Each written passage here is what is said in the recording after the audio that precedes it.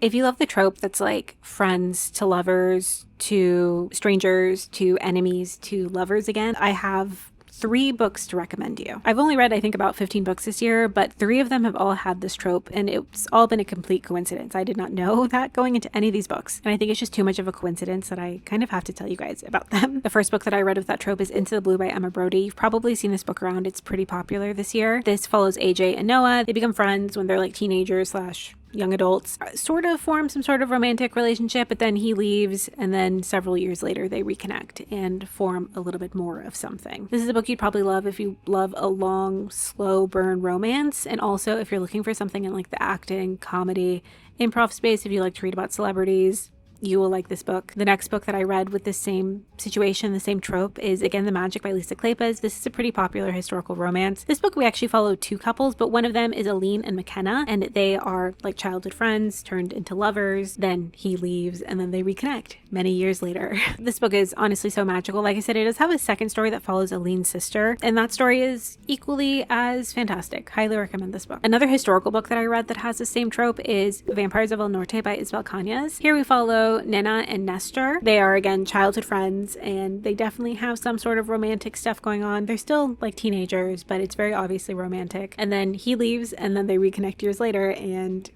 what do you know, they start forming something. This book, like I said, is historical. It's also technically marketed as horror, but it's really not that spooky. This one is probably my favorite. It is set in northern Mexico during the Mexican-American War. Love it. Fantastic. But yeah, I just felt like I had to mention these 3 books because I don't know, it feels like such a coincidence that these books have all been the same. I'm not seeking them out. They find me.